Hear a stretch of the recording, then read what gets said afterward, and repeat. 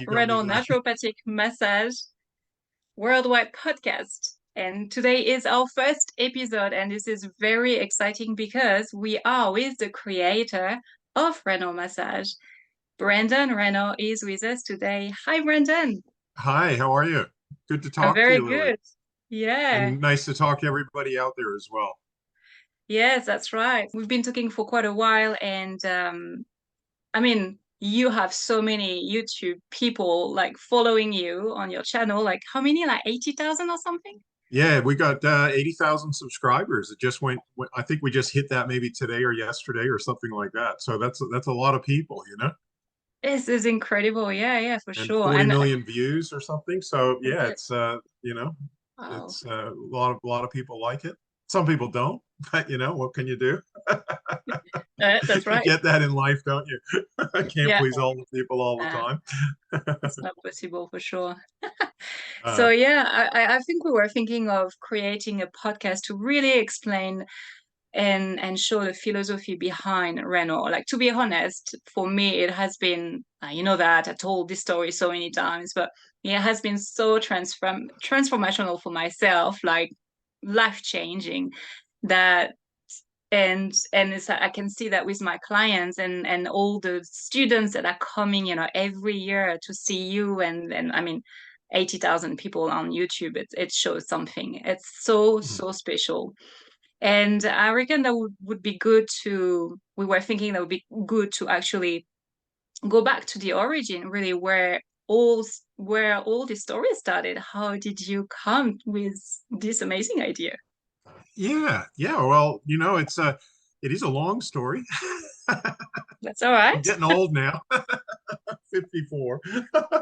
But so basically, I was studying at university after leaving high school, and I was studying, comparative religion and different systems of government and philosophy and psychology and political economics and education and society and child growth and development. And I was kind of like, where am I going with all of this, And I wanted to do something practical to help people because in the end, philosophy just, kind of comes down to, people Yeah, don't really know much and, skepticism wins out. And psychology, it's only limited and they do a lot of experiments that I didn't agree with. And anyway, a friend of mine ended up talking with me and we were discussing what we were doing. We're both in the same situation. And we came across the idea of naturopathy. So I ended up studying to be a naturopath.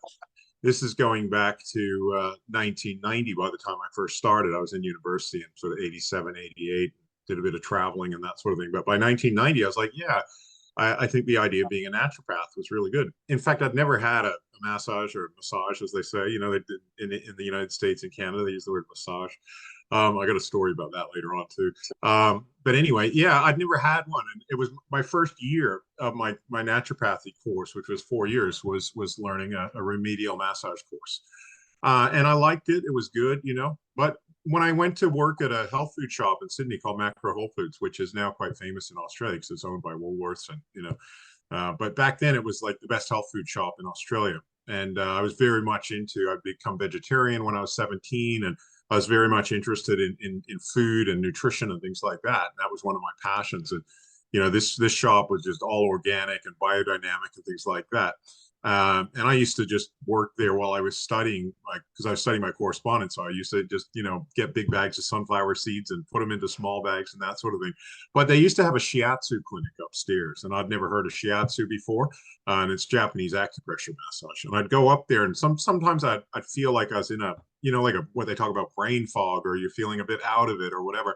And I'd always go up there, get a treatment, and I'd feel like sharp again. So it affected me not just physically but mentally as well. And that's what I really loved about Shiatsu. And that was my introduction to you know basically Japanese medicine, which is its origins are from Chinese medicine. So working with meridians and energy and that sort of thing. And I was extremely impressed by the treatments I got. So I ended up some of the practitioners there invited me to their school, which was called the Shiatsu Ryoho Center in Sydney. And I went along there, and the director, he ended up invited me into the class, and he basically he felt around my tummy, which they call the hara in Japanese. He didn't even touch it, and he goes, "Oh, you got a sore ankle on your right side. And I don't think it was because he was watching me walk in or anything like that, but I think he actually, he picked up on something that had been a chronic problem for me. And I was really impressed by that. So I ended up studying at the Shiatsu Ryoho Center with a guy named Mm. Andre Gospodaljic, and I'm probably mispronouncing his name, but and that was a fascinating experience. I spent about a year studying Shiatsu, and that was really opened my mind up to the power of Oriental medicine, and how good quality body work can be for the mind, body, and spirit. Mm. And then later, I left Sydney, which is where I was living at the time, and moved up to Byron Bay, which was back then it was like an alternative lifestyle hub, and a lot of healers. And that nowadays it's a very expensive, it's the most expensive place to live in Australia, apparently. But back then it was very interesting, and there was all sorts of different practitioners there, and also in the Gold Coast. And I was influenced by a number of people. One of them was Carol Starr, who was did rebirthing or integrated breath therapy. And she taught me about how deep breathing, with certain techniques, can bring up emotions and clear stuff. And I ended up clearing out a lot of things that I'd had from my childhood. I'd had a bit of a difficult past in as a teenager, growing up in Miami in America, and getting alopecia when I was 12, and getting people picking on me and that sort of thing. So I cleared a lot of that, and a lot of anger come up, and a lot of some sadness and that sort of thing as well. And I was pretty blown away by the power of integrative breath therapy. And then at the same time, there were other practitioners that influenced me, like this guy John Jones. Everybody used to say, "Oh, if you go to John," he was in Byron Bay at the time, "it's going to hurt like hell, but you're going to feel a lot better." And Wow. so I went, and he was a martial artist. He knew a lot about Chinese medicine, also about martial arts and that sort of thing. But he taught me about how getting in deep is very, very powerful and getting the roots of tension out. So I had some vague lower back pain, and he ended up working very deeply into my legs and into my, all through the area, and didn't necessarily work directly on the pain itself. But he really, helped with all of that. And yeah, he worked me right up to my pain threshold, basically. Oh. And I was blown away by that. It was like, wow, you can work people really deeply, because a lot of the time when I've been taught massage before, shiatsu wasn't that painful, but Mm. his was painful but very effective. So I started to integrate different aspects of these sorts of things. And then I went back to Sydney, and I was working in a place called Herbal Solutions at Bondi Beach.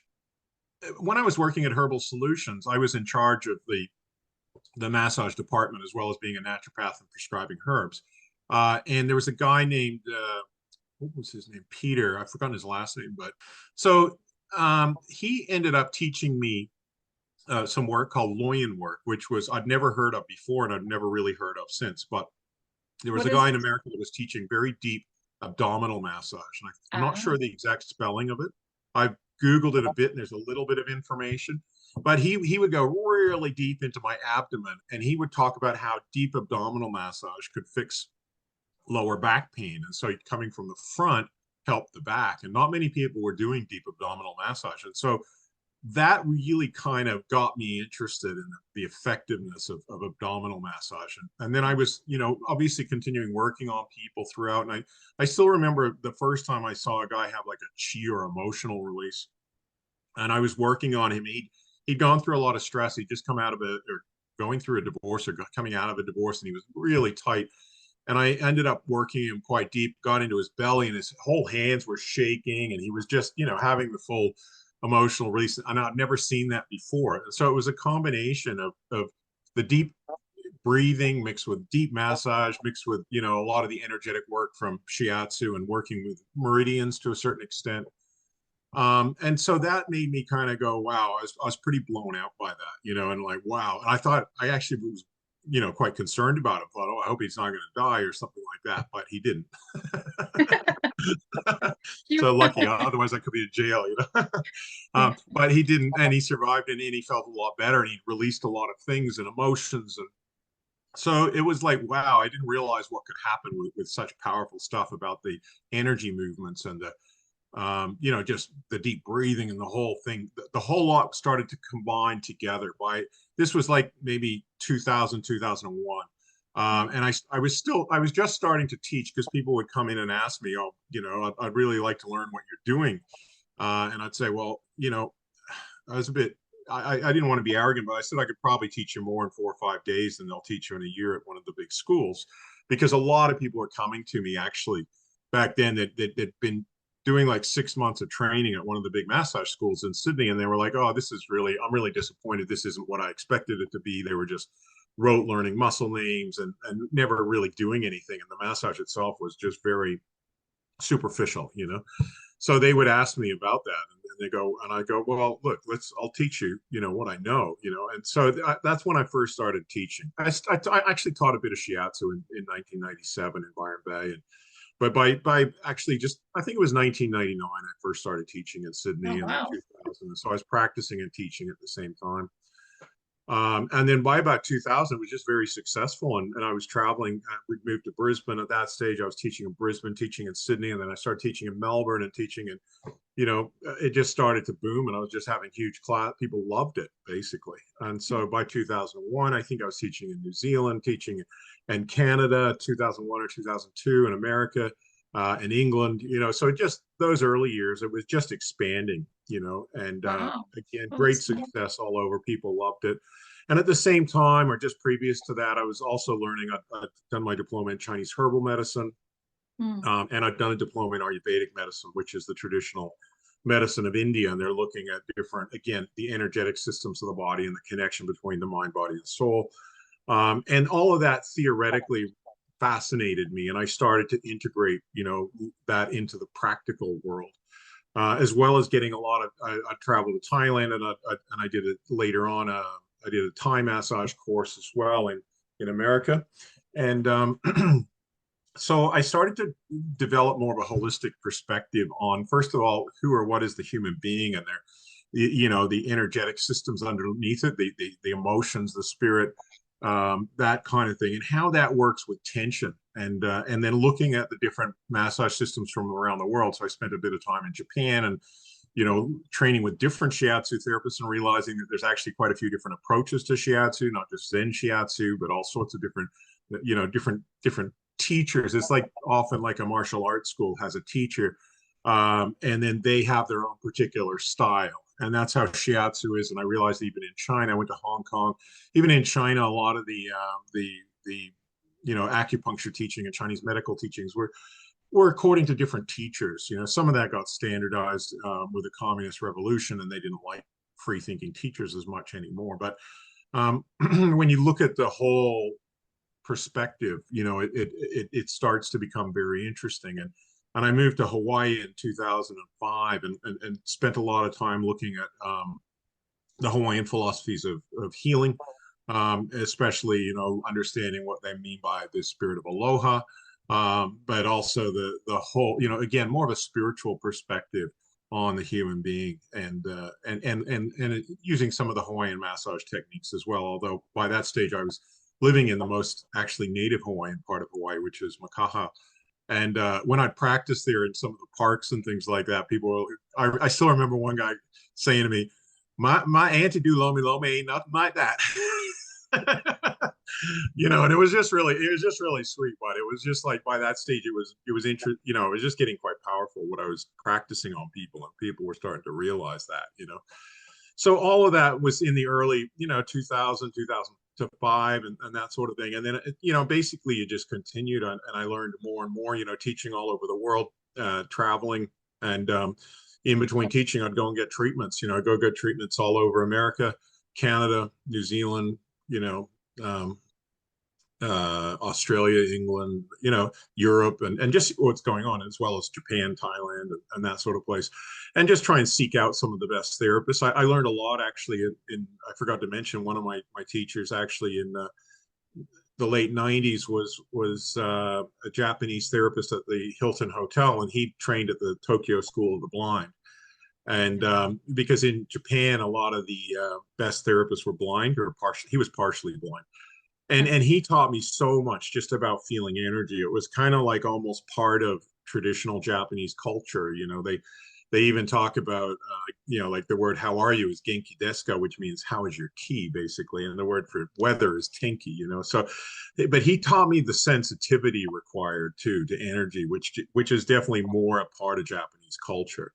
And to, then I started to massage with my eyes closed. I got a lot of treatments from blind people in Thailand as well, and just starting to understand what it felt like to kind of go into that realm of just sensitivity. And again, I had to change my sort of Western mind frame. I was coming out of university with all the philosophy and psychology. I was very much a head person, and Yeah. even learning all of this stuff, I had to come out of my head into my heart, into my intuition and my feeling side. And so I had to deprogram myself, in fact, because I realized a lot of that stuff's not important. A lot of the intellectual knowledge is not as important as actually just being able to feel That and is being able something, to. it's I just bounce back on what you're saying, because this learning, this technique, this philosophy, we need to release ourselves, and the more we release, the better we are. And I can see that, like, in the 7 years of practicing, like, the more I release, the better I am. And as you say, this intuition, this connection to the heart really comes, and we feel more and more. And it's true that that is the key. And yeah. And That is the key, and that's why I wanted to simplify things, like when I teach, and I was like, my idea was, if I don't use it, I'm not going to teach it to people because it's a distraction, in mm, fact, and that's how I felt with a lot of too much intellectual knowledge with massage became a distraction. And for some people, I noticed that it went to their ego. I had a lot of problems when I first, back in the early, like mid 2000s to about the 2015, a lot of conflict when I started teaching in Canada with the registered massage therapists over there, because they did 3,000 hours of training, and they were really upset that I was teaching and doing, 5, 10, 15 days of training with people. And I had a bunch of treatments from people over there, and I was just like, wow, you guys can really talk the talk, but their feeling wasn't very good. That with my experience, I'm not saying all registered massage therapists are like that, but the ones I had, it was like a lot of intellectual knowledge, but some of my students were doing better after 4 days, in terms of actually giving a good quality massage where they tune into the person's chi, they tune into, because so much of the massage training is all about the body, and it's about the physical aspects, the muscles. But, I always say, the muscles are, they're not as important as the soul, as the spirit of the person, because you massage a dead body, there's nothing, you're never going to get any good result because the person's gone. And so it's all about, to me, the knowledge of massage in the traditional cultures like China, Japan, Thailand, Hawaii. It's all based on the spirit. It's all based on working with the person as a spiritual being, and that for me is what really made sense to me. And I realized that, once you get a person, it all comes back to that initial experience of getting shiatsu. For me, it's like, it's not just about the physical, it's about aligning your mind, body, and soul together and feeling comfortable in your body, and getting rid of the emotions that are holding you back, not just the physical. So anyway, so I learned a lot. I challenged a lot of people. A lot of people hated me in the massage industry in Canada and saw me as this major threat. It's kind of died down in the last 5 or 6 years, but for a while there, it was like, there's just a lot of opposition, to and that sort of thing. But we kept teaching, and we've trained thousands and thousands of people all over the world, and the proof is in the pudding, because a lot of people are doing fantastic work, and people are getting great results, all over the world. And we taught a course in India, we've taught a course in Malaysia, Singapore, um, let me see where else, Namibia. Well, me and my wife taught in Namibia, in Southern Africa, and we taught, one of my teachers was teaching in South Africa. So we've spread these teachings all over, but my knowledge has evolved too, in the 30 years that I've been practicing. I can see what I was doing 10 years ago is different from what I'm doing now, and what I'm basically trying to do more and more as I grow as a therapist is to tune more into energy, and to work with people's breath. Like, for example, what I've seen myself change in the last 5 to 10 years is to really just work people right up to their threshold without taking them above it, and working in that breath cycle, but not pushing people to that point. I used to be what I call a bit more of a yang practitioner, where I try and push people and realize, and then I realize it's not me doing it. I got to work with the person. So more and more about the partnership model of medicine, working with the breath, working with that person, encouraging them to let go, but in the end, realizing it's up to them. You know, that sort of thing. So again, it's not so much like, oh, I've learned all these new techniques. It's about it's about tuning into people, you know, and working with people, you know, and that's to me the evolution. What makes a good therapist? The tools are like a tool, or a tool bag. You know, having tools is like, I got my tools in a tool bag if you're a carpenter, you know. But it's about knowing how to use them to build something beautiful, you know, and that's what I call life sculpting. You know, we're taking somebody who's kind of, you know, I mean, they're beautiful underneath, but they might be covered in a lot of mud and a lot of dirt, you know. And they need some chipping away sometimes. And this, but you can't just have tools. It's like if you don't know how to use a jackhammer, you're just going to create a mess, you know. But so you need to the perception of what is the beautiful person underneath that straight jacket of tension, you know, that's restricting Yeah, them from being their true self. You need to be able to perceive that and go, what tool am I going to use to crack that yeah. straight jacket and bring out the beautiful soul of the person so that they I can mean, shine forth, you know. who doesn't have tension? Have you ever felt someone with no tension? A couple of times out of Have thousands of you? people, there's only been a couple of people. One guy, when I was working in Sydney, probably, oh, this is again probably 1998. This guy used to do yoga all the time, and he was real. He'd get me working under his armpits to find tension and stuff like that. And that was his whole thing. And then one time he'd done a commercial for that game Twister. You know, where like people twist Yeah, into these, and then he came back full of tension. It was the first time he could, but I got rid of it really quick. So this guy did a lot of yoga. So, you know, I did, and a couple of, but most people that do yoga, I find are still quite tight, you know. yeah, But yeah, I can think of the people that I've met that are almost tension free, and there's less than 1%. But there are people that are like that, and I've got people to the point of being tension free, which is our goal, you know. And it's wonderful to see because I still remember people coming in really tight, and you massage them, and everything hurts, and it's all painful. And 3 or 4 sessions later, they're like, "Are you going as deep? Because nothing hurts anymore." And I'm like, "I'm going 3 times as deep," you know, because yeah. that once the tension's gone, it doesn't hurt. It's just like there's the flow, you know, which is what we talk about, the flow of the chi, you know, the flow of the life force through the person. And that's what we're trying to do, get the stagnant life force to flow again. Mm. And so yeah, it's but that's what makes it so wonderful working with what I call a green light. A green light is somebody who's there, you know, they're committed to getting better, and they're not fighting you or resisting you or, Mm. you know, wanting for some reason to hold on to their emotional baggage, you know. So working with the green light's wonderful in that way. It's a life sculpting, you know, Mm. and you're just trying to bring out that wonderful true essence of the person. And Yeah, there is. nothing more, I can't think of anything more satisfying. It's hard work. It's not like it's easy, you know. And sometimes I feel like I always use the analogy like we're a glorified sewage worker because we're working in amongst other people's stagnant crap, Energy. you know. Yeah. And that's what we do, and that's what somebody has to realize when they come and do this kind of work in particular. You know, that's what you're doing. It's like being a nurse cleaning bedpans. You know, if you don't like that dealing with shit, don't work in this profession. You know, the same as a nurse, right? So, but for me, it's like, okay, I can deal with that. You know, that's I just like to see the beauty once that person's got rid of this luggage, this baggage that they're holding on to. It's wonderful because you see people's eyes brighten up, and you know the old saying, "The eyes, the windows to the soul," and you just see people light. They feel lighter. They feel more alive. You know, and I can't think of anything more satisfying than that, and I can't think of anything more other ways to help people. Obviously, there's nutrition and, you know, there's yoga and stuff like that, but for me, this is one of the best ways that I've ever found. And so I've just that's how it's evolved. It's my passion and my love for it. And you know, I've learned different things from all around the world and different, you know, I've integrated what I can, and I've just kept on that focus. But I've tried to, you know, that follow it, the philosophy, keep it simple, stupid, you know.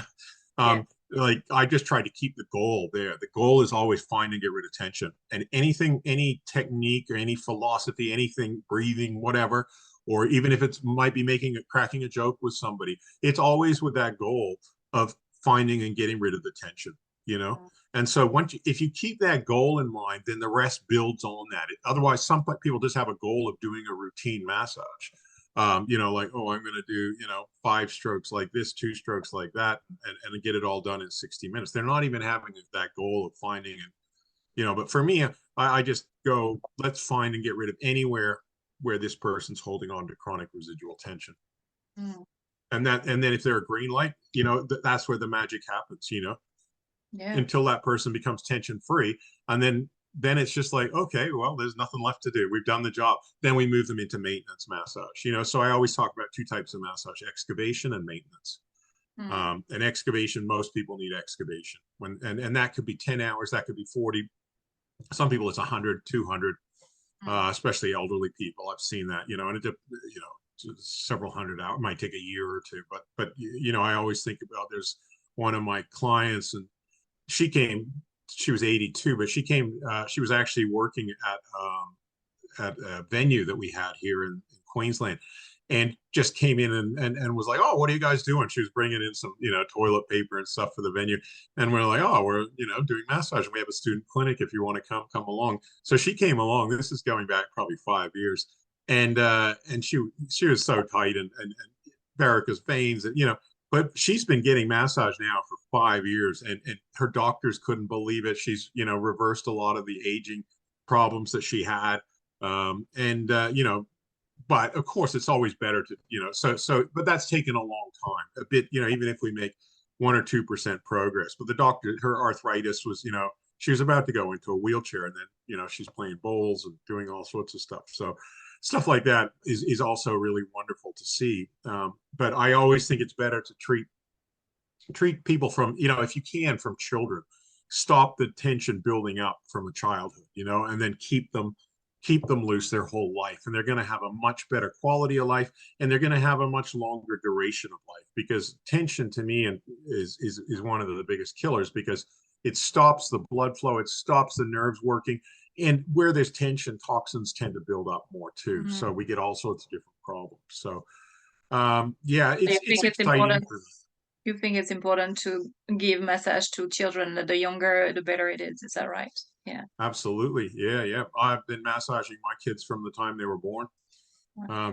Kids are born with tension. You know, it's a confined environment. You know, they can pick up kids can pick up tension and stress from what's going on, and you know, they can, you know, if the parents are arguing, if there's, you know, car accidents, whatever it may be, kids can pick up that tension. They're not total. It's not like a totally immune situation where they are, you know, and then the birth process itself can create tension, you know.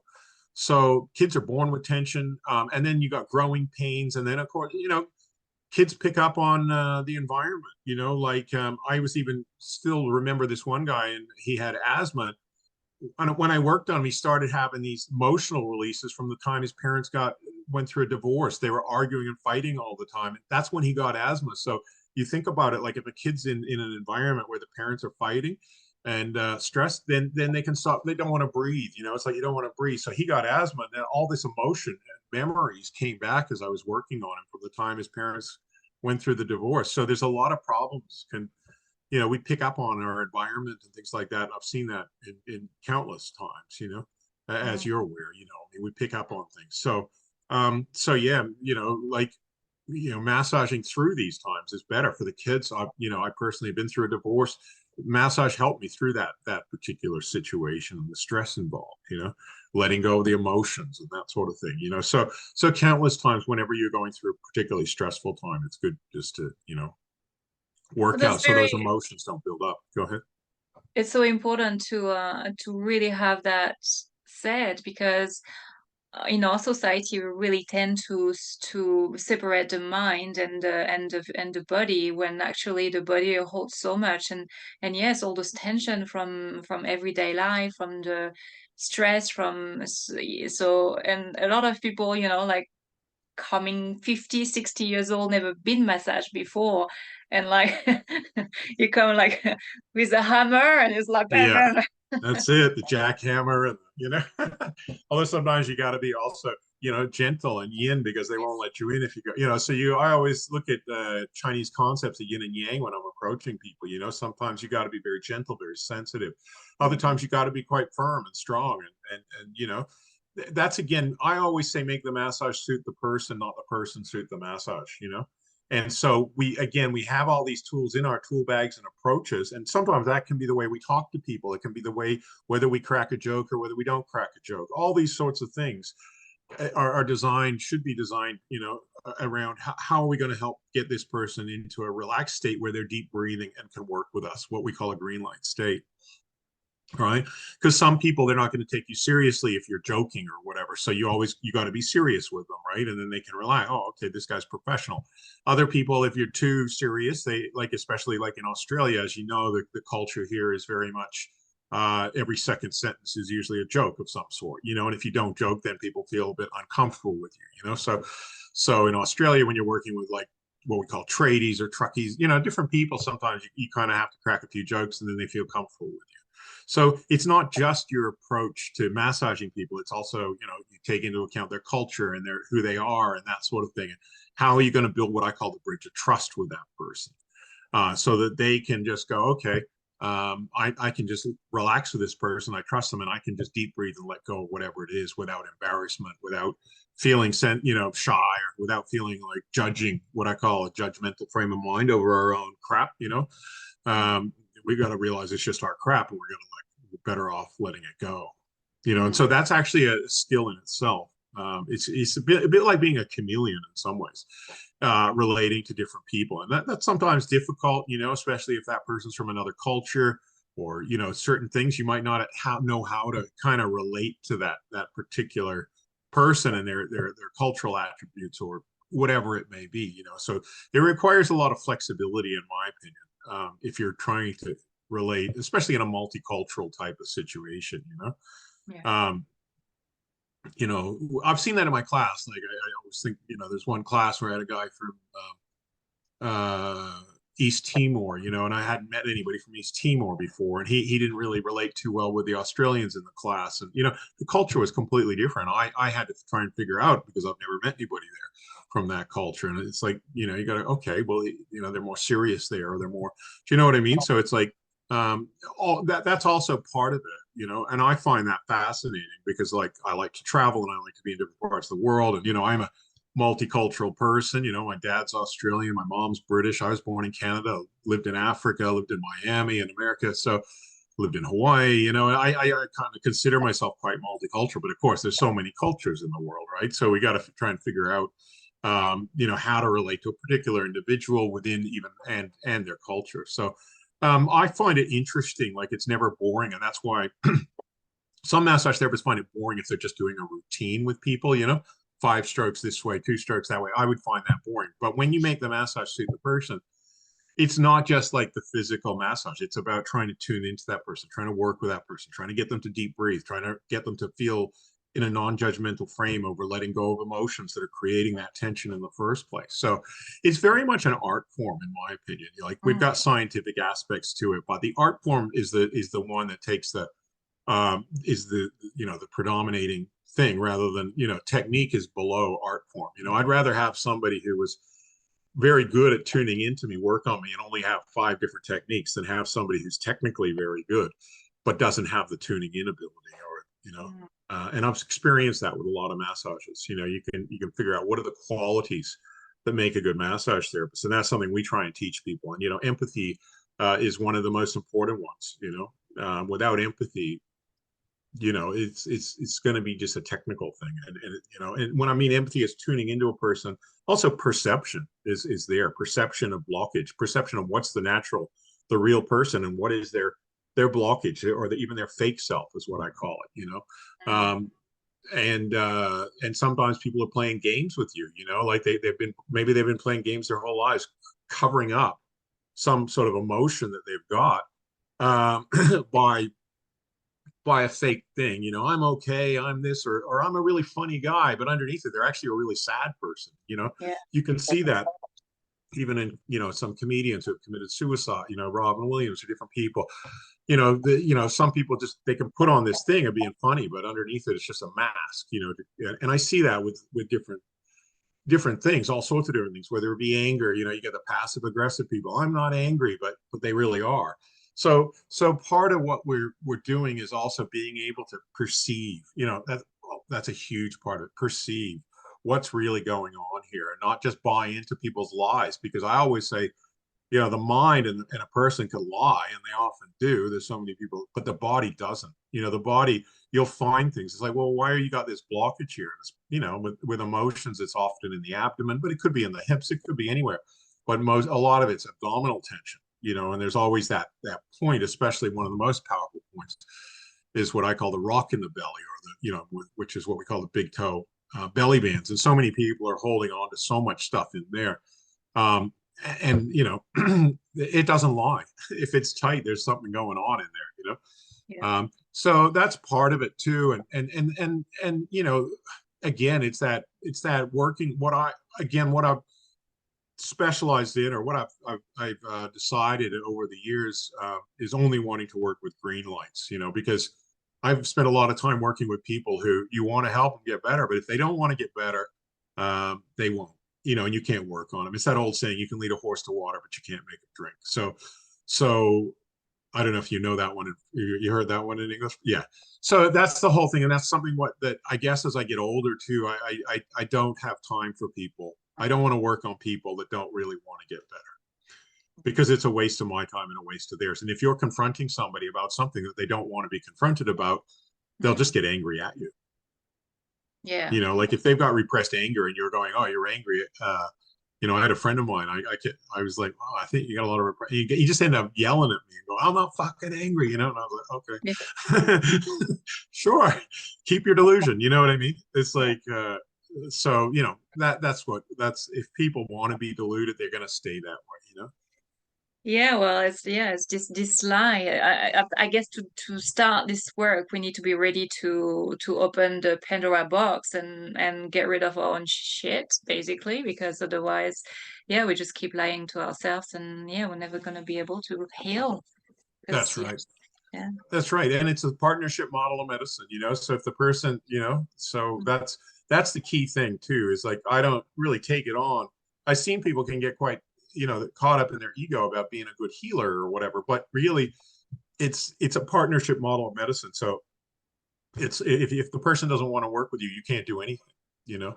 Mm. So that's something now too. I'm more sort of like, okay, well, I'll work with the people that want to get better, and I can't be bothered with the people that don't. And there's going to be a lot of people then, like, that criticize the techniques, or criticize this or criticize that. And these days I can't be bothered. Even on YouTube, I usually just delete their comments because I just can't be bothered, Mm. entering into debate with people and entering it. I know what we do works, and those people that want it can have it, and those people that don't, well, there's plenty of other stuff they can do. That's And right. you know what I mean. So I like, it's that, I guess, a bit of cynicism with age, or So that's how I've changed a bit lately. yeah, that's right. Yeah. Yeah. But if you had like a green light, but someone like listening to you right now and never had a Raynor massage and maybe even never heard about, what would be the attribute, or what would be the main component of a Raynor massage, and like ready to, yeah, that sounds good to me. What would they expect in a session? Again, it's an art form, so it really does depend on the therapist, of course, and you got to find that therapist that you gel with. But what the goal is to find and get rid of chronic residual tension wherever it is, and often, so we work along what we call bands. I got a chart behind me that, of different bands of tension. They're a little bit different than meridians. They're a bit different than sen lines. So in Japanese and Chinese medicine, they have bands, but they're using meridians. And Thai massage, they use sen lines, which is, the sen is like the life force. Mm. So my in Hawaii, they use different things, but not so much bands, but different approaches. And in Ayurvedic medicine, they have what they call nadis, or energy channels, as well. So I learned all these different approaches, but what I found is the bands are things that you can physically feel. So that's where I came up with the idea of bands. Like, I couldn't always feel every part of a meridian, but the bands do sometimes encompass meridians, but then they might be different. And there's a lot I can go into about where they are different. But basically, the bands of tension are ones that you can physically feel. And then, so how we get rid of tension is we work those bands from the very source of them, which is usually in the fingers or the toes. And Mm. then we follow it up, and the person breathes out whatever it is that's creating their tension in those bands.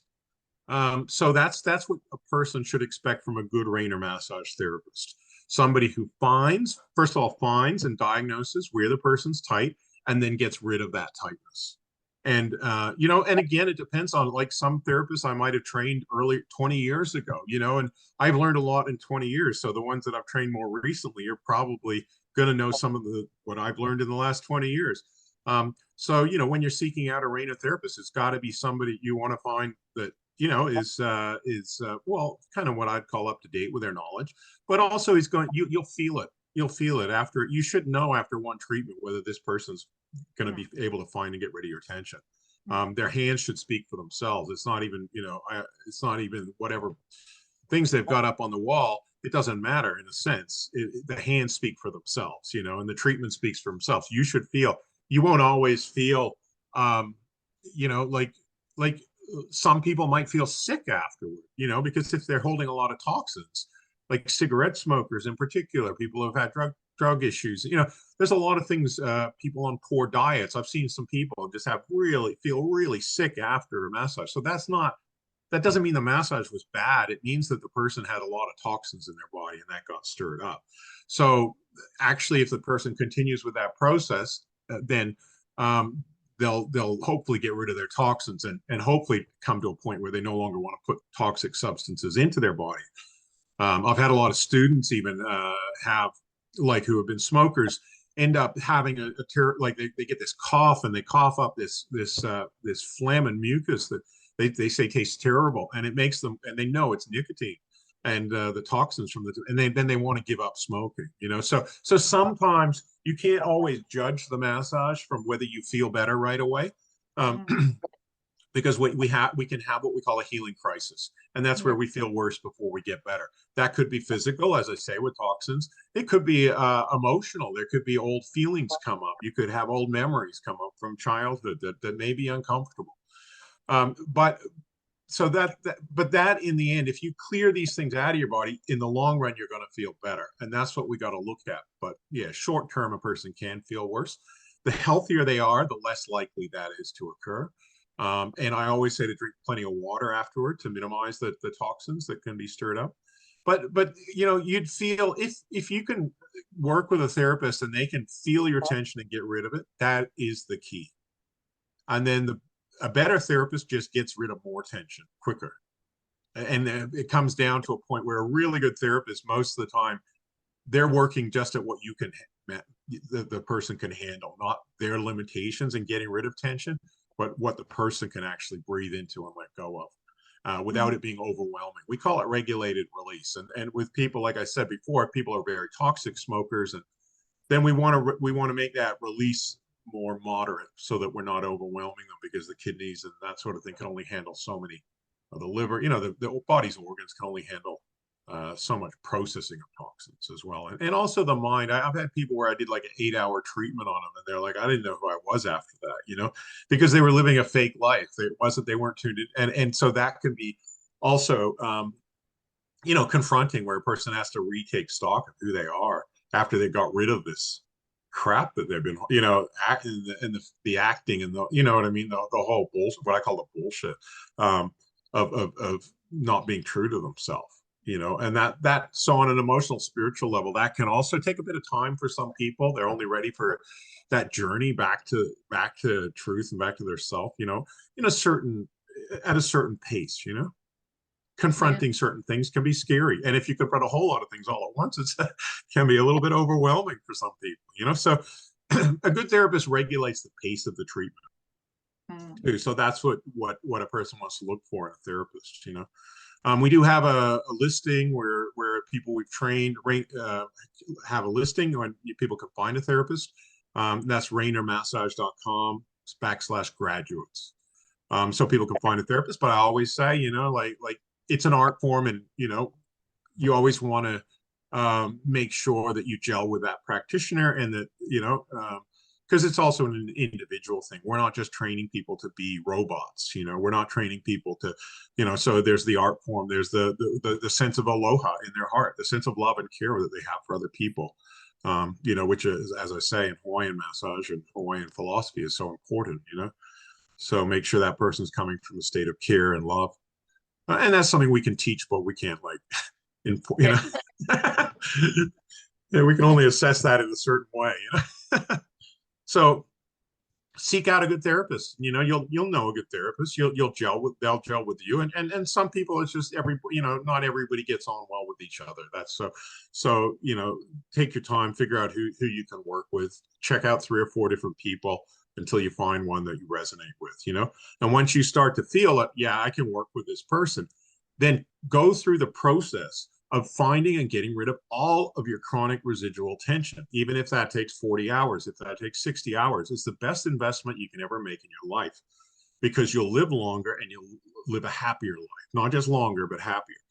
So what's more important than that? You know, it's like a renovate. I call it renovation. You know, we're renovating the human body, mind, and soul, so that we can have a better experience in this life.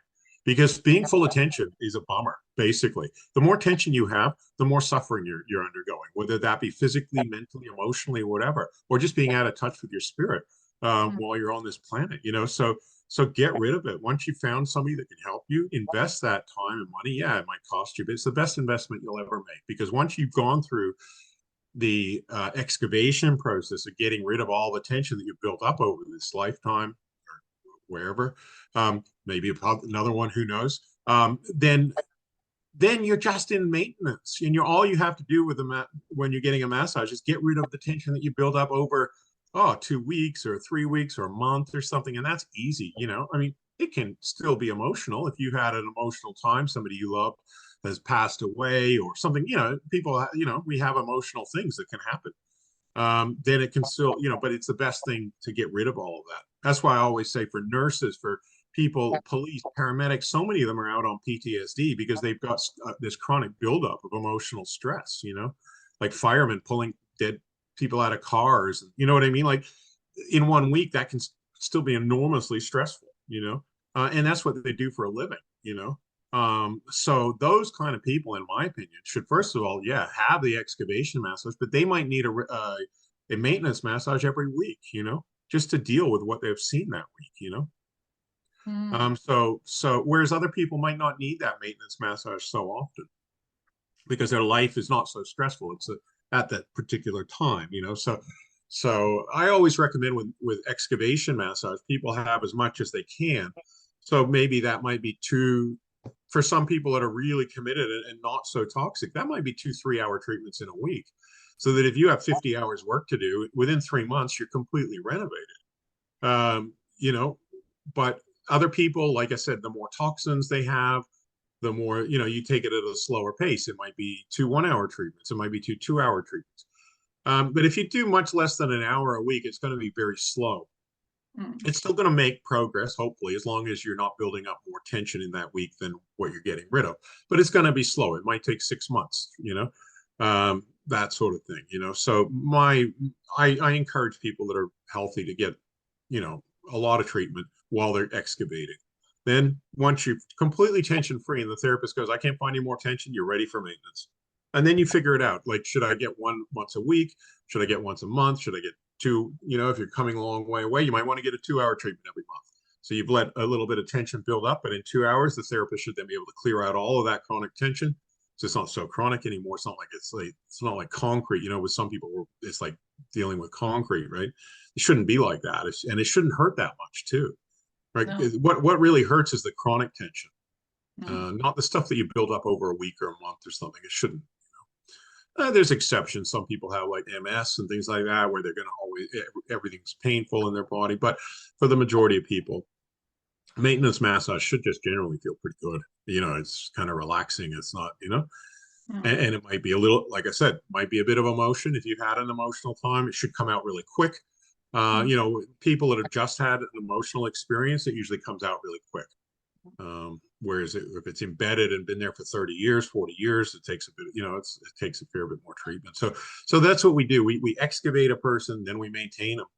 And like I say, that's probably, I personally think it's one of the best investments you can ever make, like, in your life, because you're going to earn more. Like a healthy person is going to earn more money. They're going to be more clear. They're, whether they're doing their own business or working for somebody else, so financially, even if people go, oh, I can't afford it, but then they can afford this, or, I can afford getting drunk on the weekend, or I can afford, or even a holiday. Well, this is better than any holiday. A lot of people are just going on holiday now just to get them to go to Thailand or Bali or somewhere where they can get a few hours of massage. But if you've got a really good therapist who can help you, which is, how we're trying to train people, especially our advanced students, but all of our students, and it comes down, everybody's an individual, and some people are better than others, and some people are really good, as teaching. Some people are really good after a diploma course. Some Mm. people are okay and they just need more experience. But the whole thing of what we're trying to do with training people too is to get them to be finding and getting rid of tension.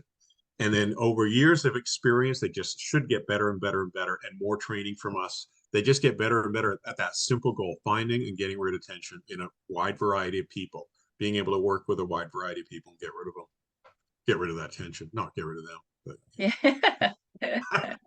some people you do want to get rid of, but I mean, not have as a client, but most people you're just trying to get rid of their tension.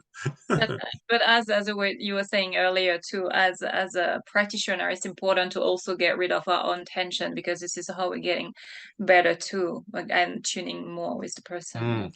I use that analogy too of like somebody working, like I've been to a few caves, in national parks, and sometimes for me, caves can be a little bit scary, they're underground. And if you've got a tour guide that's never been into a cave and they tell you go into that cave, you're going to be like, well, maybe not, but if the tour guide's I've been in there, it's fine, here's a light, we go in there. So it's the same when it's like shining a light on ourselves, right? Like the more we shine that light on ourselves, the better therapists we're going to be, because we're not scared of releasing stuff. We're not scared of the demons in us coming out. We're not scared of whatever it is, our sadness or our anger, whatever it may be, because, and I've seen that in my own development. I still remember sometimes people shining like a mirror at me, when their emotions are coming up. If I haven't dealt with those emotions, 20, 30 years ago, I still remember the experience of going, whoa, that's confronting, for me, and I'm not quite ready there, and then I deal with that emotion, and then I'm a better practitioner because I'm not scared of that transformation. So absolutely, we want to, as therapists, we want to really strive toward being tension free ourselves. And of course, that's not always, it's hard to find a good therapist, even for us therapists, and it's quite difficult for us to work on ourselves sometimes. We can, but sometimes it's hard to work on yourself while deep breathing and allowing emotions to come out. I Yeah. haven't mastered that skill, sometimes I can, but it's not Yeah. always easy. So if you can find a good therapist, that's fantastic. It's like one of the most important things in life, um, because that person is going to help you stay centered, so yeah, find a good therapist and then clear out your tension, and you're going to be a better therapist, and then maintain yourself, because as therapists we also need to maintain, because we're in a bit of a profession like the nurses and the doctors and the people, the fire people, because it's intense working with people sometimes, and we pick that energy up from people. Yeah. So we also, we need to clear that, whether we're really good at not picking up energy and only picking up 1 or 2%, or we're picking up 10%, that's going to build up in us. So we need to get good treatments ourselves, so that's not Mm. the reason I started training everybody, by the way, just to get a good massage. But I thought of sometimes I think that. But yeah, no, it's to me, it's like it's a key to a good life is how I would describe it. It's one of the keys. Obviously, there's different aspects, our spiritual life, and our different practices that we do in our nutrition. Nutrition's really important as well. I can't underestimate that. And I use things like flower essences and things like that, which are also Dr. Bach was actually an amazing influence upon me. When I first learned naturopathy, I had to learn about his flower essences and how his flower essences work at how different conditions of the mind or soul affect the body, and affect people's health. And he really believed that all disease came from the mind. And so he came up with different flowers that affected how people feel.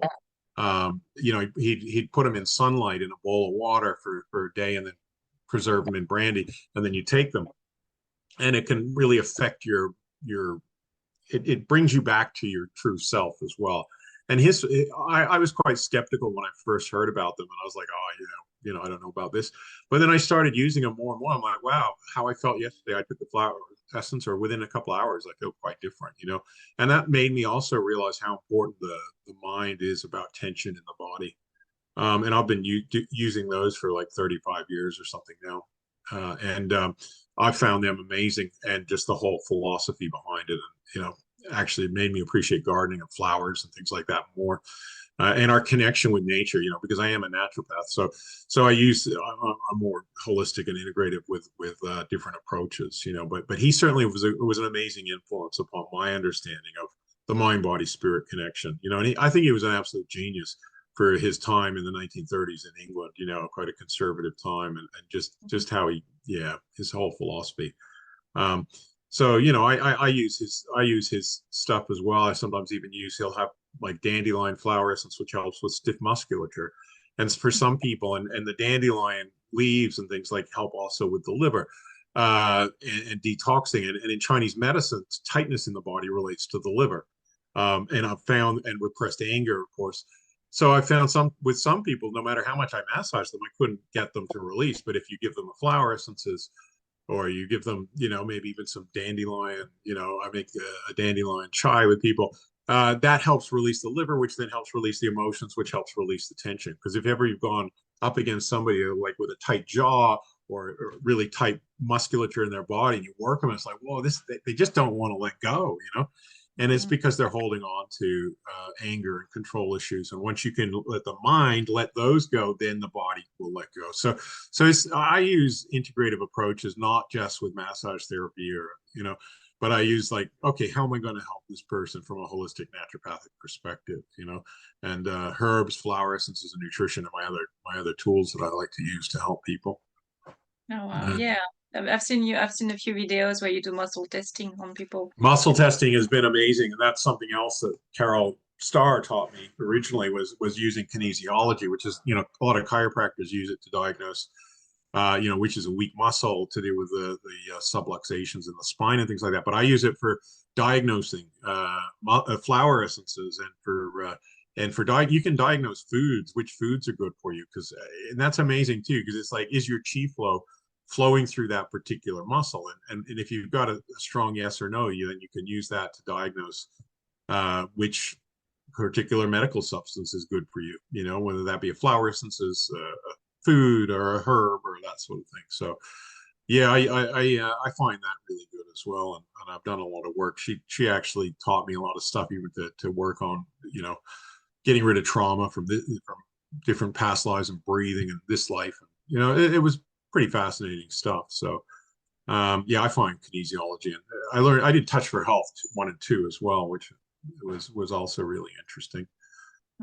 So yeah, there is a lot of fascinating things, and like I said, I don't want to discard the benefits of stretching and of yoga and Tai Chi and all those kind of things. I think those are usually also fantastic for opening up the chi flow in the body, and anything to help the mind. I know you do hypnosis as well, and that's also can be very beneficial at times.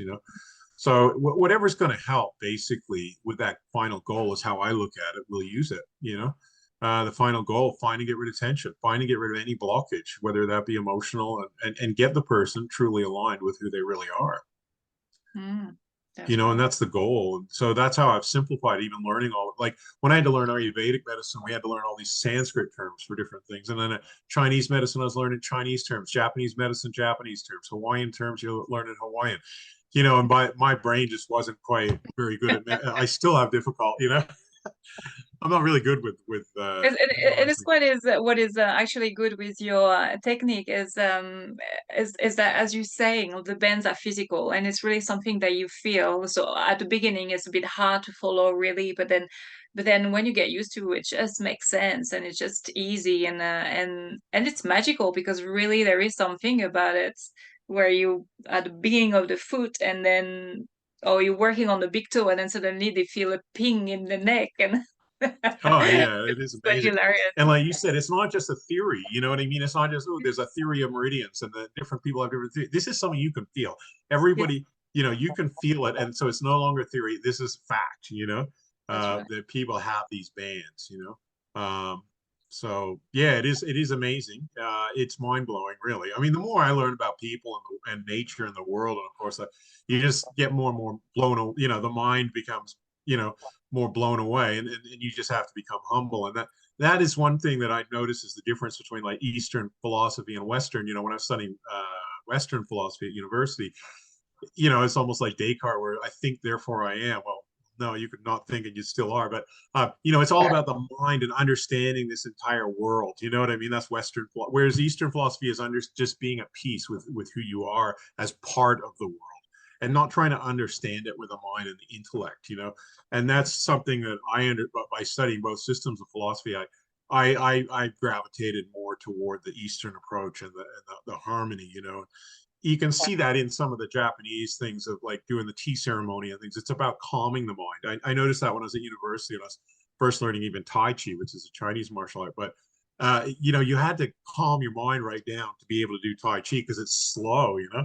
And back then, my mind was way too fast to do anything like. I was like, oh, I'm thinking at 100 miles an hour, and this is driving me crazy, you know. And that's something that you know, I really had to learn over the years and become more understanding of that Eastern approach, just being at peace and perception, you know.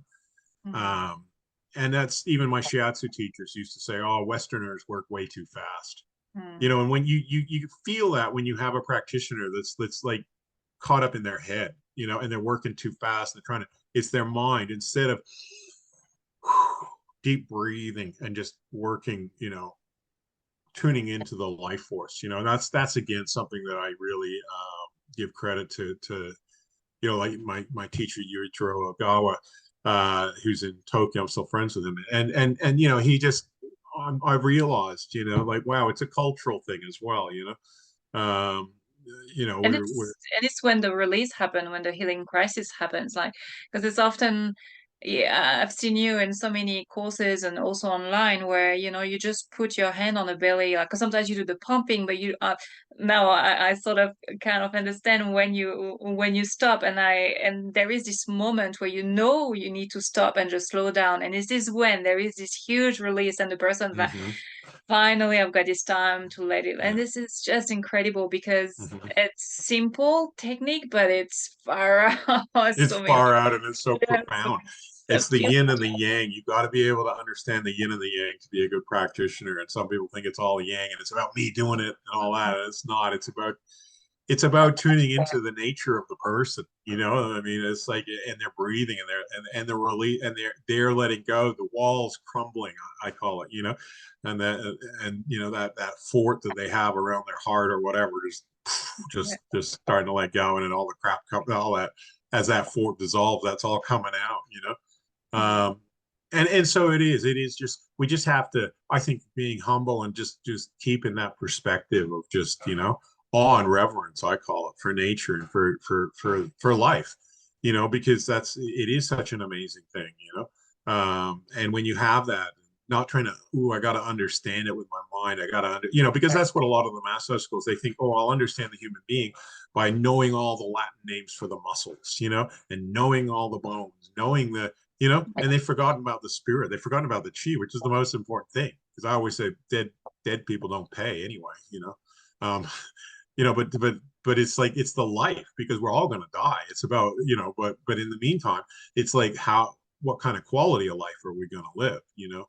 And that's what I try and emphasize, is that the spirit, you know. yeah. But the body and the spirit are connected, you know. The mind and the body and the spirit are all connected, you know, until we die, of course, and then there's the disconnect. But while we're here on this planet, it's so important just to create that unity, that harmony, you know. Yeah, absolutely.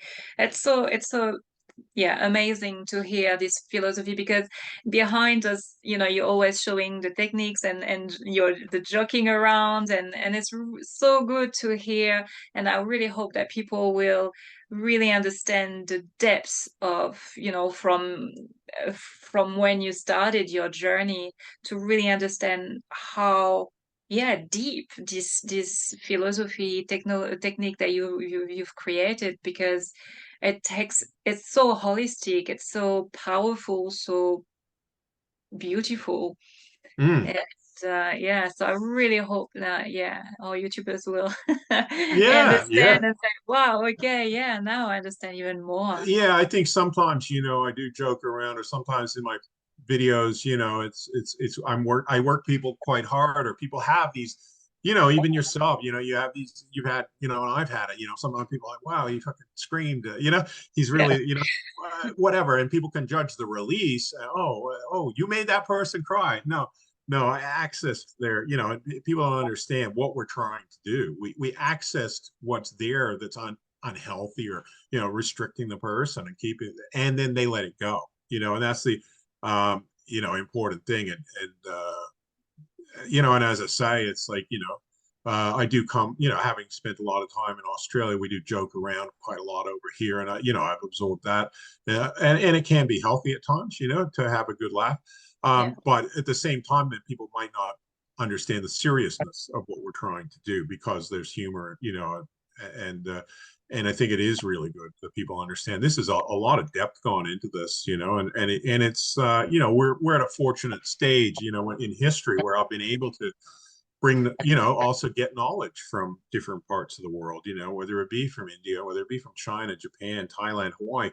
I've been fortunate enough, and also I've been also fortunate in a sense not to be attached to one culture. Like I noticed, even when I trained with some people, like with Shiatsu, for example, especially maybe if they're Japanese, it's hard for them to they get really into the fact that I'm Japanese, and Shiatsu is good.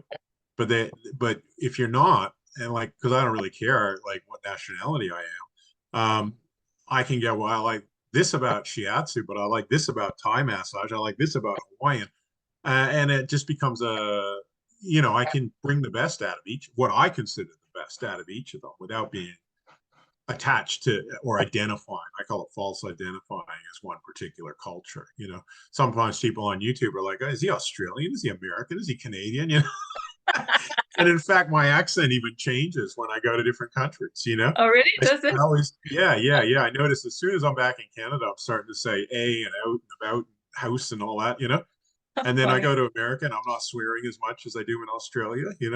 I'm like, oh, people don't. I know I had to really like, oh, Yeah, you haven't swear much. Actually, it's probably swore more than you today. yeah, because I was in America for so long, they straightened me out. Right. Even so one of my, I think it was my sister-in-law, she was saying, yeah, yeah, Australians are known to swear like sailors, and I'm like, oh, really? Sailor? Yeah.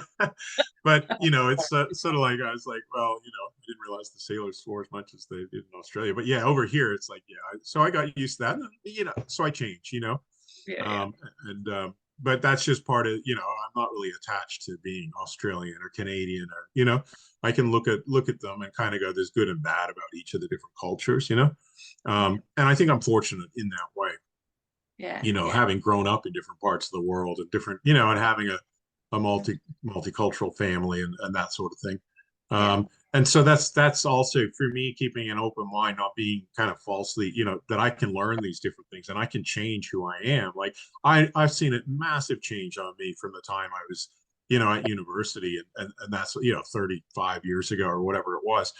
Just my whole, you know, I feel like I've changed cultures, you know what I mean? And I've seen, and living in Hawaii, in the most native part of Hawaii for 8 or 10 years too, it taught me an awful lot. Like, because there was, in Hawaii, white people are called haoles, and a lot of, like, around where I lived, every 80% of people were native Hawaiian, and 10% were like Micronesian or Samoan. And if people came in, a lot of the white people, you could tell they'd come in, like I call them, like really in their head, in their mind, and they'd also be judging. They think they were superior to Hawaiians or whatever, and they basically just got beaten up. It wasn't, and so makaha translates as fierce in Hawaiian, and people would come and they come at the Hawaiians with this attitude, like, I'm better than you because I'm white, and then they just get beaten up. It was just really quick. And so the area where we live was, but I could see it. I was like, a lot of white people in our culture really value the mind, and education, like have in the intellectual aspect of it. That's what I learned from the Canadian RMTs and how they've over intellectualized it. Whereas in Hawaii, it was more like, what's important is that you come from your heart and you show respect to other people. and that's part of aloha, and that's part of how people live there. Like they're really in what I call like their base chakra and their heart chakra, you know. And for me, that was an amazing learning experience. Even like, as a man, for me, like the Australian ideas of masculinity for me weren't serving me, and I see like a lot of suicide in Australia from men, and this kind of fake bravado kind of stuff. Whereas I felt like in Hawaii, I learned that I can be a man by being, I can be soft but powerful as a man, and sort of have the heart open, but also be a warrior without, and be tough, but without being hard, and so I learned a lot from, my time in Hawaii, and it wasn't like in Waikiki or whatever. It was in the real part of Hawaii, Waianae Coast and that sort of thing. And people could look at it and go, oh, people are poor there or whatever. But, yeah, that was an amazing learning experience for me as a person to really be able to balance also my yin and my yang as an individual, and again, I don't really think that certain aspects of Anglo-Saxon ways that men are brought up are healthy, and I see that not just, obviously Australia is very pronounced, but you can see it in England sometimes, you can see it in America, not to the degree. Australia has definitely got a large part of it, but I was like, no, I don't want to be like that, you know what I mean?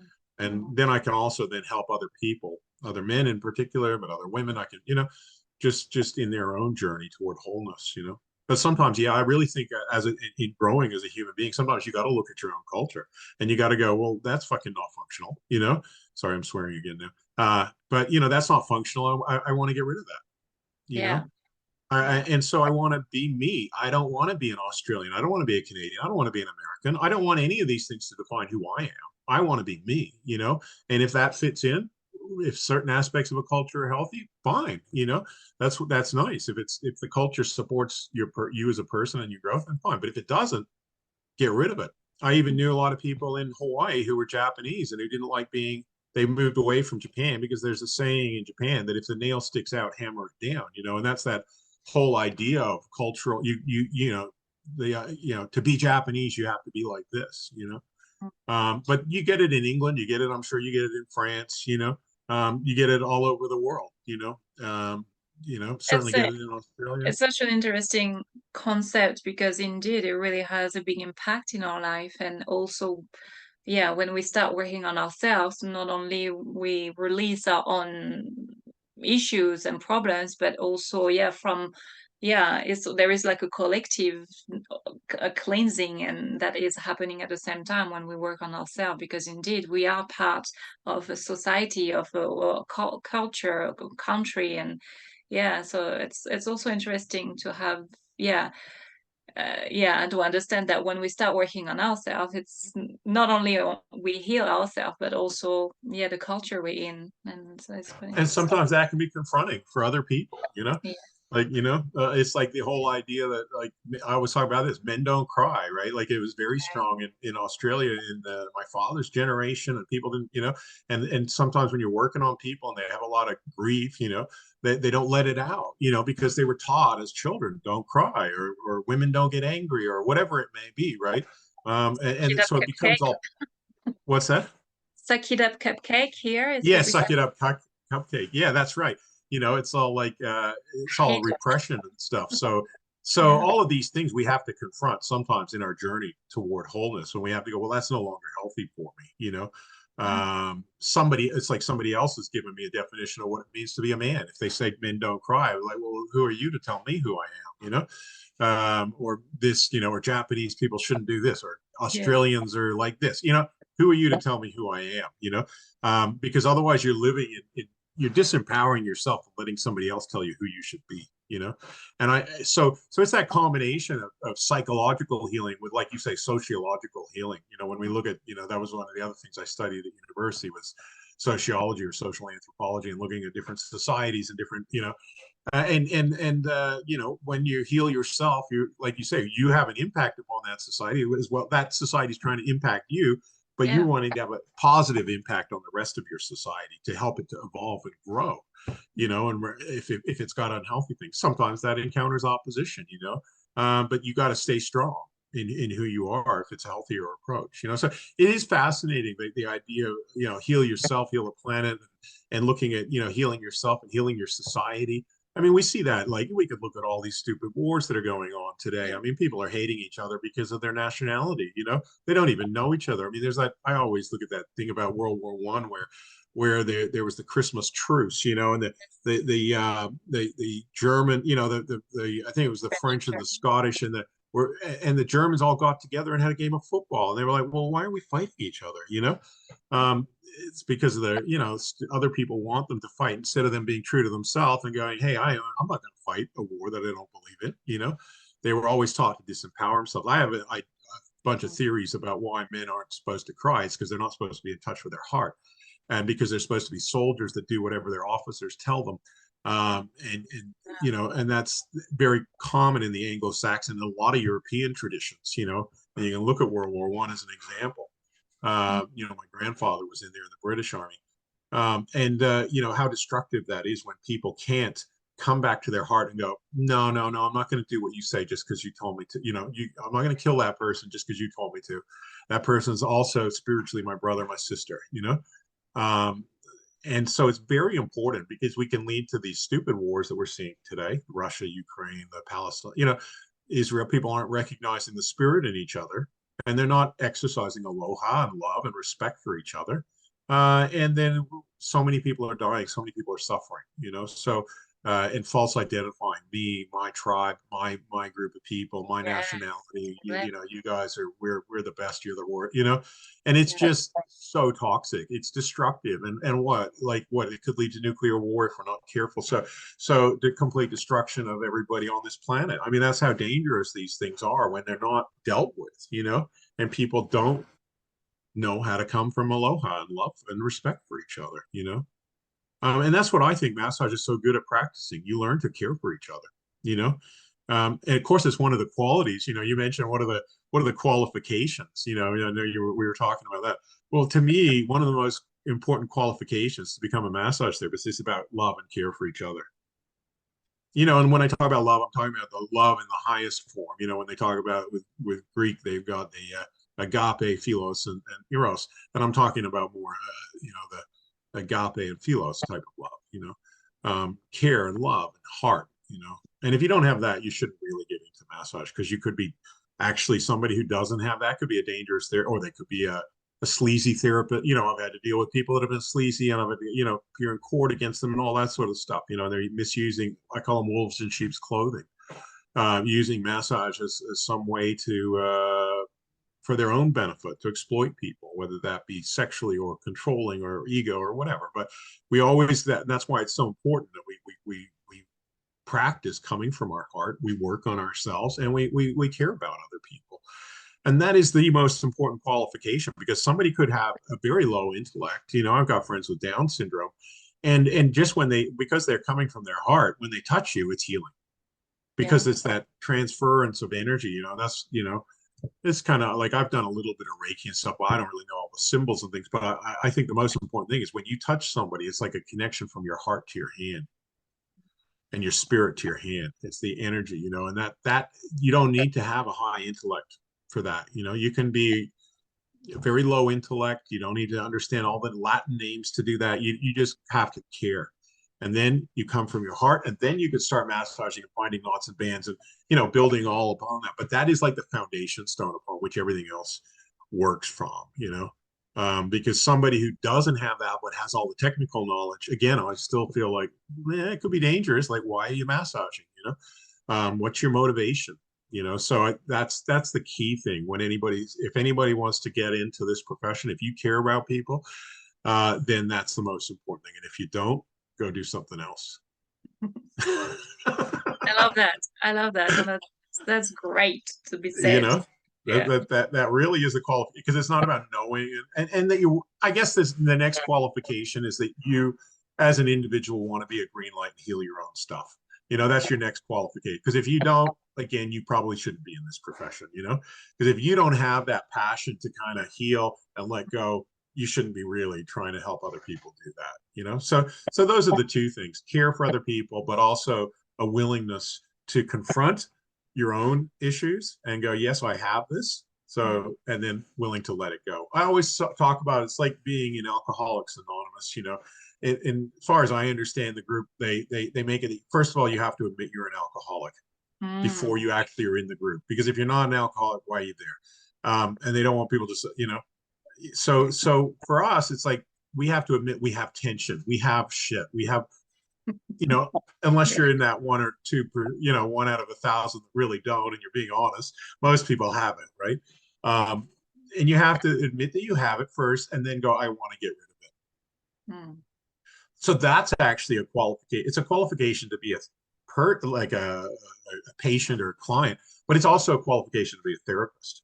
Because if you're not a good client, then how can you be a good therapist? You know, that's my opinion. You know, so that's the qualifications, and then the rest of it's easy. We can teach you the skills. We can teach you if you have those two things. We can teach you. You know, it doesn't really even matter what language you speak. We can always translate things. You know, and you know the getting a massage speaks for itself. The YouTube videos speak for themselves, but you know, definitely receiving it and going on your own journey, I think, is a key thing to becoming a better therapist. Because you know, there's different ways that you can understand and learn about massage. One of them is to receive it yourself and go through that journey. You go, wow. I mean, I remember some of the most profound massages I've got 30 years later, and what I learned from them. They were like, wow, wow, wow. I learned that. Oh my gosh, that guy's perception, or wow, that spot. You know. So you learn from that, and then you learn also from doing it, and you learn from watching somebody. You know, like if you watch somebody do it, you get a different perspective on it. You know, oh wow, I didn't. You know. And then you know, doing it yourself, and then learning through your mistakes as well. Sometimes you go, oh, you know, I always for years, and I still do to a certain extent, I analyze a treatment if it didn't go according to what I thought it should have. You know, it wasn't as successful. I go, why wasn't it successful? You know, was it me? Was it them? Was it just we didn't work together? Did I not find the right spot? You know, so the treatments that I wasn't as successful at, I think about a lot. And then if I get that opportunity to work on that person again, I think, oh, I should have done this. I'll do this time, and then see if it works. And if it's not that person, it might be somebody else with a similar kind of condition or personality or whatever it may be. And then I'm like, I get excited. You know, I want to try this. So I'm always thinking about, or you know, not just intellectually thinking, but just trying to go, how could I have done better? Sometimes I might even do a prayer. I might do like a little thing. How can I help this person better? To, you know, to try and go into the more spiritual aspect of things. You know, and maybe I get an insight. That happens sometimes for me as well. You know, and I go, oh, that's cool. That's really exciting. You know, and I'll try that. You know, so you can like channel. You know, like Dr. Bach channel, different people channel, even the chiropractor guy that set up chiropractor, you know, he was like a spiritualist that channeled a dead doctor and taught him all about chiropractic, you know, which is interesting, you know, and I've had experiences like that a bit as well, not particular individuals, but like just where I get messages or whatever, you know, how I can help people. So if you have that intention, it's kind of like, it's amazing what can happen. And to me, it's all about that intention, you know. How can I help this person? Beautiful. Well, thank you so much. I think it's the beginning of a series of different interviews, because I mean, everything that you've been saying, I'm like, oh my God, we could go that way, and what about this subject? And I mean, so also people who are listening to, if there are anything you would like Brandon to talk about, anything you would have any answers to, just put that in comment, and then we can build more interview around that. And because I mean, listening to it's Brandon, hard to shut me up. You know what it's like. that's right. Once I get going, you know, this is my That's passion, right. But my it's life. fascinating because it's always, there is a new insight, and it's, oh yeah, I didn't think that way, and does that make sense? And I mean, you know, it's about an hour and a half, and it's like, whoa. Yeah. We're just getting started, and, you know. But yeah, That's right. let's do that. Let's do some more. Yeah. Happy to share. You know, Yeah. you know, like I want to, you know, share this knowledge, especially, you know, one day I'm going to be out of this world, you know, and you know, I want it to all be recorded, and you know, just share my learning. Basically, you know, it took me a long time. Some people go, oh, you got this gift or whatever. I'm like, well, yeah, but I kind of worked on it too, you know, because I remember when I first started doing shiatsu, and people are like talking about chi and talking about, and I was like, I don't feel anything, you know what I mean? So I don't know if it's a gift as much as I worked on it, probably a gift as well. I got to, giving all credit to, but the gift had to be uncovered, you know. Um, and I think everybody who's got tuned into life force and tuned into their heart can have that gift of sensitivity and love and tuning in. It's just uncovering it. But that was my journey, uncovering that. Yeah. So happy to share whatever, like I say, just ask me a few questions and it's hard to get me to shut up. So Yeah, there was one question I wanted to ask, but I will keep it. But it's just about the tools to really, because I don't know, it's fascinating, and there is so oh much to yeah. talk about. But And that's that's been for a lot of next my time. learning on a Yeah, practical level for the last 10 that's years right. is the chopsticks and the tools and all that. So let's do another one on that. Yeah, and Thank you very much for organizing this, Lily. It's been a pleasure. yeah, it was really nice, and yeah, I think it's the beginning of a cool journey. Absolutely. And I think you're going to also interview some of our other teachers and students and things like that on their Yeah, journeys as well. anyone that's been experiencing Raynor, go for it. Come and contact me. Absolutely. Yep. All right. Well, thank you Awesome. very much. All right, cool. Thank you, guys. Bye. Bye.